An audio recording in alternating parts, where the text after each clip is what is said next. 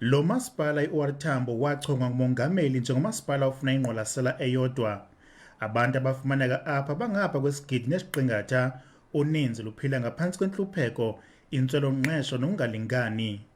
Ooceba abali-18 abagxothwayo kutyholwa ngokuba bathe gqolo ukuhlala kwiindibano zebhunga bethatha izigqibo ngekho semthethweni. Abanye ooceba abali-18 kwakhona neutyholwa ukuba ngapho bekufanele uba bahlala kwezi ntlanganiso abakangeni namhla oku. Ukuphinda-phindwa kokuchongwa kweemanejala nezityholo zorhwaphilizo zikhokhelele ekubeni isebe lithathe esi sigqibo. Ooceba abagxothwayo kweli bhunga bayasetyenziswa kwakhona ukuthatha inxaxheba kwiinkqubo zeli bhunga. Usodolophu kulo masipala uyasixhasa esi sigqibo sokuchitha ibhunga.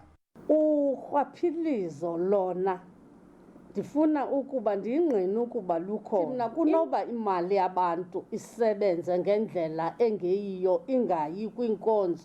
Kungcono kwaloo nto, yiloo nto ke ndithi isigqibo sikamphathiswa ndiyasamkela. Kodwa usomlomo weli bhunga uthi le nyewe izawusonjululwa ziinkundla zomthetho nanjengoko etyholwa ngelithi akulandelwanga umthetho. Le ripoti ka-section 106 esithetha ngayo ubaleka nayo ugqiba indawulo yonke, akeze uzoyiprezenta apha ekhansileni kuba laa magosa athethi inyani yale nto iqhubekekayo kwamasipala. Imibutho ephikisayo kweli bhunga ithi le ngxuba kaxaka yokutyabekana ngodaka ibangelwa lurhwaphilizo oluthe gqolo kulo masipala. Ingxaki yaseOR Tambo i-corruption. Kwathathwa i-168 million yabhatalwa oonokontraka bengekawenzi umsebenzi, into leyo engavumelekanga. Imali karhulumente awuyinikwa ungekawugqiba umsebenzi.